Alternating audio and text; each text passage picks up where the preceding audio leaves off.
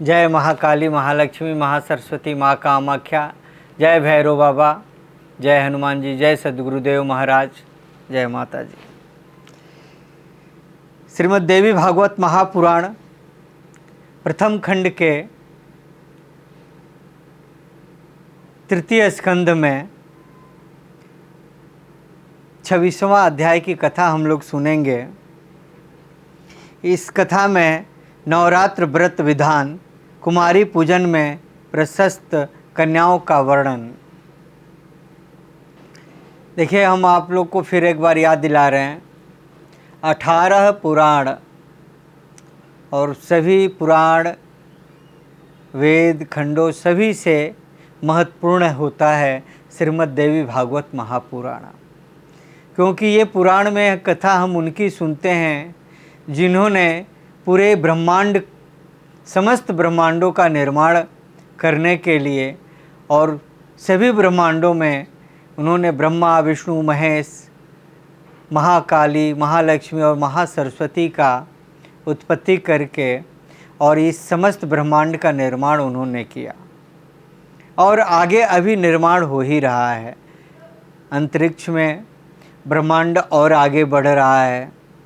जो हमारे अभी के समय जो वैज्ञानिक नासा, इसरो है, उसमें ये बताते हैं कि ब्रह्मांड का हर समय विस्तार होते जा रहा है। तो उतना जानने का ना ही हम लोग जान सकते हैं, ना ही समझ सकते हैं, क्योंकि उनकी लीला, माँ भगवती पराम्बा आदिशक्ति माँ जगदम्बे की लीला और उनकी कथा और उनकी वर्णन तो ब्रह्मा, विष्णु, महेश भी नहीं कर सकते हैं। तो फिर हम लोग इस धरती पे मनुष्य रूपी व्यक्ति कैसे कर सकते हैं? हाँ, उनके अनुभव को समझ सकते हैं, उनकी कथा को समझ सकते हैं, क्योंकि उन्हीं की अंश हम लोग हैं। उन्हीं के द्वारा ये धरती का निर्माण हुआ और हम लोगों का भी निर्माण हुआ। तो माँ भगवती की कथा आप सुनते हो। माँ पराम्बा आदिशक्ति माता, माँ कामाख्या, माँ जगन माता आदिशक्ति, माँ शिवा, माँ दुर्गा की कथा आप लोग सुनिए। मैं हर बार हमेशा बोलता हूँ कि यदि माँ भगवती की कथा सनातनी सुनते हैं तो उनके जीवन में जो लोग भी हों, माँ भगवती पे और सनातन पे विश्वास भरोसा उनकी है।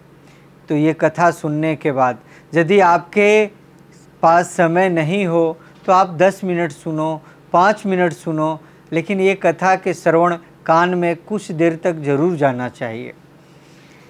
तो आप लोग, क्योंकि हम ये कथा खुद सुन भी रहे हैं और आप सभी लोगों को सुना भी रहे हैं, तो कथा सुनाने वाले से सुनने वाला को भी ज़्यादा पुण्य मिलता है। आप लोग कथा सुनिए।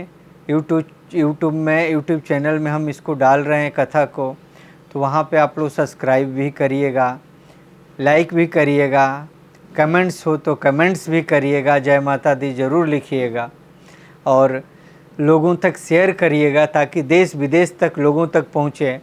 क्योंकि मैं कोई प्रोफेशनल कथावाचक नहीं हूँ। माँ की पूजा करता हूँ, माँ की सेवा करता हूँ, कथा करता हूँ, तो हम अपने लिए और माँ के लिए करते हैं। आज हमारे मन में कुछ दिनों पहले प्रेरणा मन में आई कि क्यों न माँ भगवती की कथा हमारे भारतवर्ष और भारतवर्ष के बाहर रहने वाले जो भी सनातनी हैं, जिनको अपने हमारे धर्म में विश्वास है, श्रद्धा है, भक्ति है, माँ जगदम्बा के प्रति उनके हृदय में प्यार है, भक्ति है, श्रद्धा है, विश्वास है, तो उनके लिए हम ये कथा सुना रहे हैं। ना ही इस कथा में आपको म्यूज़िक सुनाई देगा, ना ही कोई भजन सुनाई देगा, क्योंकि मेरे पास ऐसा कोई व्यवस्था नहीं है और उसमें कथा की जो स्रोत होता है वो टूट जाती है। तो कथा कहते समय बीच में रुकना भी नहीं चाहिए, फिर तो खंडित हो जाता है। तो कथा की पूर्ण लाभ सबको प्राप्त हो। माँ भगवती पूरे जगत की कल्याण करे, सबके, गरीब से लेके अमीर तक जितने लोग हैं, सभी धर्म, सभी जात के लोगों के लिए माँ भगवती की कथा सुने, क्योंकि इस धरती पे जितने प्राणी हैं सब एक ही ईश्वर के, माँ भगवती पराम्बा आदि शक्ति के ही देन हैं। तो सबके लिए ये कथा, हर धर्म, हर जात, हर वर्ण के लिए ये कथा है। आप लोग ध्यान से सुनिए, आपके जीवन में ज़रूर इसका लाभ प्राप्त होगा। जय माँ कामाख्या। तो 26वां अध्याय में है कि नवरात्र व्रत विधान, कुमारी पूजन में प्रशस्त कन्याओं का वर्णन। जन्मेजय बोले, हे द्विज श्रेष्ठ, नवरात्र आने पर और विशेष करके शरदीय नवरात्र में क्या करना चाहिए, उसका विधान आप मुझे भली भांति बताएं। हे महामते, उसका पूजन का क्या फल है और उसमें किस विधि का पालन करना चाहिए। हे द्विजर, आपका कृपया विस्तार के साथ मुझे यह सब बताएं। व्यास मुनि बोले, हे राजन, अब मैं पवित्र नवरात्र के विषय में बता रहा हूँ, सुनिए। शरत काल के नवरात्र में विशेष करके यह व्रत करना चाहिए। उसी प्रकार प्रेम पूर्वक बसंत ऋतु के नवरात्र में भी इस व्रत को करें। ये दोनों ऋतुएं सब प्राणियों के लिए यमदृष्टा कही गई है। शरद तथा बसंत नामक ये दोनों ऋतुएं संसार में प्राणियों के लिए दुर्गम है। अतएव आत्मकल्याण के इच्छुक व्यक्ति को बड़े यत्न के साथ यह नवरात्र व्रत करना चाहिए। ये बसंत तथा शरद दोनों ही ऋतुएं बड़ी भयानक हैं और मनुष्यों के लिए रोग उत्पन्न करने वाली हैं। ये सबका विनाश कर देने वाली है। अतएव हे राजन, बुद्धिमान लोगों को शुभ चैत्र तथा अश्विनी मास में भक्तिपूर्वक चंडिका देवी का पूजन करना चाहिए। अमावस्या आने पर व्रत की सभी शुभ सामग्री एकत्रित कर ले और उस दिन एक मुक्त व्रत करके और हविष्य ग्रहण करें। किसी समतल तथा पवित्र स्थान में 16 हाथ लंबे चौड़े और स्तंभ तथा ध्वजा से सुसज्जित मंडप का निर्माण कराना चाहिए। उसको सफ़ेद मिट्टी और गोबर से लिपवा दें। तत्पश्चात उस मंडप के बीच में सुंदर चौरस और स्थिर वेदी बनाएं। वह वेदी 4 हाथ लंबी, चौड़ी और हाथ भर ऊंची होनी चाहिए। पीठ के लिए उत्तम स्थान का निर्माण करें तथा विधिवत रंगों के तोरण लटकाएं और ऊपर चांदनी लगा दें। रात्रि में देवी का तत्व जानने वाले सदाचारी, संयमी और वेदांग के पारंगत विद्वान ब्राह्मणों को आमंत्रित करके प्रतिपदा के दिन प्रातःकाल नदी, नद, तड़ाग, बावली, कुआं अथवा घर पर ही विधिवत स्नान करें। प्रातःकाल के समय नित्य कर्म करके ब्राह्मणों का वर्ण कर उन्हें मधुपर्क तथा आर्ध्यपाद आदि अर्पण करें। अपनी शक्ति के अनुसार उन्हें वस्त्र, अलंकार आदि प्रदान करें। धन रहते हुए इस काम में कभी कृपाणता न करें। संतुष्ट ब्राह्मणों के द्वारा किया हुआ कर्म समय प्रकार से परिपूर्ण होता है। देवी का पाठ करने के लिए 9-5 दिन, 9-5 3 अथवा 1 ब्राह्मण बताए गए हैं। देवी भागवत का पारायण करने के लिए कार्य में किसी शांत ब्राह्मण का वर्णन करें और वैदिक मंत्रों से स्वास्ति वाचन कराएं। वेदी पर रेशमी वस्त्र से आच्छादित सिंहासन स्थापित करें। उसके ऊपर 4 भुजाओं तथा उनमें आयुधों से युक्त देवी की प्रतिमा स्थापित करें। भगवती की प्रतिमा रत्नमय आभूषणों से युक्त, मोतियों के हार से अलंकृत, दिव्य वस्त्रों से सुशोभित, शुभ लक्षण संपन्न और सौम्य आकृति की हो।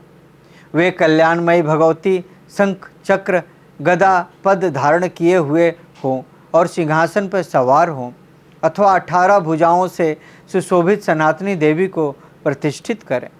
भगवती की प्रतिमा के अभाव में नवर्ण मंत्र युक्त यंत्र को पीठ पर स्थापित करें और पीठ पूजा के लिए पास में कलश भी स्थापित करें।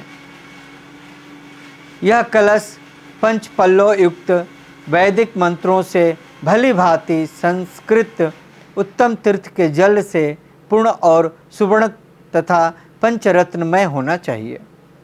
पास में पूजा की सब सामग्री रखकर उत्सव के निमित्त गीत तथा वाद्यों की ध्वनि की भी करनी चाहिए। हस्त नक्षत्र युक्त नंदा प्रतिपदा तिथि में पूजन श्रेष्ठ माना जाता है। हे राजन, पहले दिन विधिवत किया हुआ पूजन मनुष्यों को मनोरथ पूर्ण करने वाला होता है।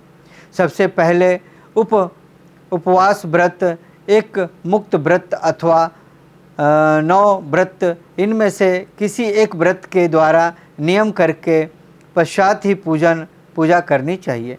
पूजन के पहले प्रार्थना करते हुए कहें, हे माता, मैं सर्वश्रेष्ठ नवरात्र व्रत करूँगा। हे देवी, हे जगदम्बिके, इस पवित्र कार्य में आप मेरी संपूर्ण सहायता करें। इस व्रत के लिए यथाशक्ति नियम रखें। उसके बाद मंत्रोच्चारण विधि पूर्वक विधिवत भगवती का पूजन करें। चंदन, अगरू, कपूर तथा मंदार, करंज, अशोक, चंपा, कनेल, मालती, ब्राह्मी आदि सुगंधित पुष्पों, सुंदर बिल पत्रों और धूप दीपों से विधिवत भगवती जगदम्बा का पूजन करना चाहिए। उस अवसर पर आर्घ्य भी प्रदान करें। हे राजन, नारियल, बिरोजा, नींबू, दांडिम, केला, नारंगी, कटहल तथा विल्व फल आदि अनेक प्रकार के सुंदर फलों के साथ भक्तिपूर्वक अन्न का नैवेद्य एवं पवित्र बलि अर्पित करें। होम के लिए त्रिकोण कुंड बनाना चाहिए अथवा त्रिकोण के मान के अनुरूप उत्तम वेदी बनानी चाहिए। विविध प्रकार के सुंदर द्रव्यों से प्रतिदिन भगवती का त्रिकाल प्रातः सायं मध्य पूजन करना चाहिए और गायन वादन और नृत्य के द्वारा महान उत्सव मनाना चाहिए। व्रती नित्य भूमि पर सोए और वस्त्र आभूषण तथा अमृत के सदृश दिव्य भोजन आदि से कुमारी कन्याओं का पूजन करें। नित्य एक ही कुमारी का पूजन करें अथवा प्रतिदिन एक एक कुमारी की संख्या के वृद्धि क्रम से पूजन करें अथवा प्रतिदिन दुगने तिगुने के वृद्धि क्रम से, और या तो प्रत्येक दिन 9 कुमारी कन्याओं का पूजन करें। अपने धन सामर्थ्य के अनुसार भगवती की पूजा करके, किंतु हे राजन, देवी के यज्ञ में धन की कृपणता न करें। हे राजन, पूजा विधि में 1 वर्ष की अवस्था वाली कन्या नहीं होनी चाहिए। एक वर्ष की अवस्था वाली कन्या नहीं लेनी चाहिए, क्योंकि वह कन्या गंध और भोग आदि पदार्थों के स्वादों से बिल्कुल अभिज्ञ रहती है। कुमारी कन्या वह कही गई है जो 2 वर्ष की हो चुकी हो। 3 वर्ष की कन्या त्रिमूर्ति, 4 वर्ष की कन्या कल्यायनी, 5 वर्ष की रोहिणी और 6 वर्ष की कालिका, 7 वर्ष की चंडिका, 8 वर्ष की सांभवी, 9 वर्ष की दुर्गा और 10 वर्ष की कन्या सुभद्रा कहलाती है। इससे ऊपर की अवस्था वाली कन्या का पूजन नहीं करनी चाहिए, क्योंकि वह सभी कार्यों में निबद्ध मानी जाती हैं। इन नामों से कुमारी का पूजन, विधिवत पूजन सदा करनी चाहिए। अब मैं इन 9 कन्याओं के पूजन से प्राप्त होने वाली फलों को कहूँगा। कुमारी नाम की कन्या पूजित होकर दुख तथा दरिद्रता का नाश करती है। वह शत्रुओं का क्षय और धन, आयु तथा बल की वृद्धि करती है। त्रिमूर्ति नाम की कन्या का पूजन करने से धर्म, अर्थ, काम की पूर्ति होती है। धन धान्य का आगमन होता है और पुत्र पौत्र आदि की वृद्धि होती है। जो राजा विद्या, विजय, राज्य तथा सुख की कामना करता है उसे सभी कामनाएं प्रदान करने वाली कल्याणमयी नामक कन्या का नित्य पूजन करना चाहिए। शत्रुओं का नाश करने के लिए भक्तिपूर्वक कालिका कन्या का पूजन करना चाहिए। धन तथा ऐश्वर्य की अभिलाषा रखने वाले को चंडिका कन्या की सम्यक अर्चना करनी चाहिए। हे राजन, सम्मोहन, दुख, दरिद्र के नाश तथा संग्राम में विजय के लिए सांभवी कन्या की नित्य पूजा करनी चाहिए। क्रूर शत्रु के विनाश एवं उग्र कर्म की साधना के निमित्त और परलोक में सुख पाने के लिए दुर्गा नामक कन्या की भक्तिपूर्वक आराधना करनी चाहिए। मनुष्य अपने मनोरथ की सिद्धि के लिए सुभद्रा की तथा सदा पूजा करने के लिए रोग नाश के निमित्त रोहिणी की पूजन विधिवत आराधना करनी चाहिए। श्री सुत इस मंत्र से अथवा किन्हीं भी श्री युक्त देवी मंत्र से अथवा बीज मंत्र से भक्तिपूर्वक भगवती की पूजन करनी चाहिए। जो भगवती कुमार के रहस्यमय तत्वों और ब्रह्मा आदि देवताओं की भी लीलापूर्वक रचना करती हैं, उन कुमारी का मैं पूजन करता हूँ। जो सत्व आदि तीनों गुणों से तीन रूप धारण करती हैं, जिनके अनेक रूप हैं तथा जो तीनों लोकों में सर्वत्र व्याप्त रहती हैं, उन भगवती त्रिमूर्ति की मैं पूजा करता हूँ। निरंतर पूजित होने पर जो भक्तों का नित्य कल्याण करती हैं, सब प्रकार की कामनाओं को पूर्ण करने वाली उन भगवती कल्याणी का मैं भक्तिपूर्वक पूजन करता हूँ। जो देवी संपूर्ण जीवों के पूर्व जन्म में संचित कर्म रूपी बीजों का रोपण करती हैं, उन भगवती रोहिणी की मैं उपासना करता हूँ। जो देवी काली कल्पांत में चराचर सहित संपूर्ण ब्रह्मांड को अपने में विलीन कर लेती हैं, उन भगवती कालिका की मैं पूजा करता हूँ। अत्यंत उग्र स्वभाव वाली, उग्र रूप धारण करने वाली, चंडमुंड का संहार करने वाली तथा घोर पापों का नाश करने वाली उन भगवती चंडिका का मैं पूजा करता हूँ। वेद जिनके स्वरूप हैं, उन्हीं वेदों के द्वारा जिनकी उत्पत्ति या कारण बताई गई है, उन सुखदायिनी भगवती सांभवी का मैं पूजन करता हूँ। जो अपने भक्तों को सर्वदा संकट से बचाती हैं, बड़े बड़े विघ्नों तथा दुखों का नाश करती हैं और सभी देवताओं के लिए दुर्ज्ञ हैं, उन भगवती दुर्गा की मैं पूजा करता हूँ। जो पूजित होने पर भक्तों का सदा कल्याण करती हैं, उन अमंगल नाशनी भगवती सुभद्रा की मैं पूजा करता हूँ। विद्वानों को चाहिए कि वस्त्र, भूषण, माला, गंध आदि श्रेष्ठ उपचारों से इन मंत्रों के द्वारा सर्वदा कन्याओं का पूजन करें। इस प्रकार श्रीमद्देवी भागवत महापुराण प्रथम खंड के तृतीय स्कंद में 26वां अध्याय ओम ततस्तम।